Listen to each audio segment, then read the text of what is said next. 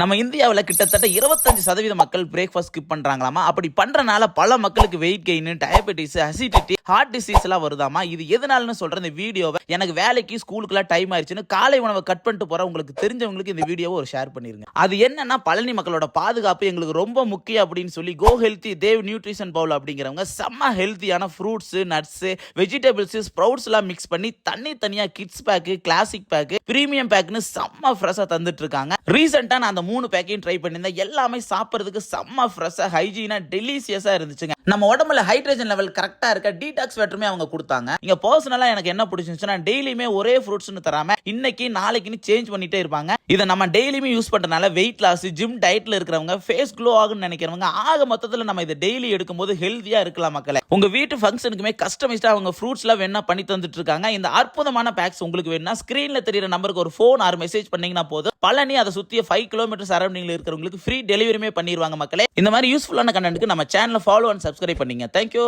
பாய்.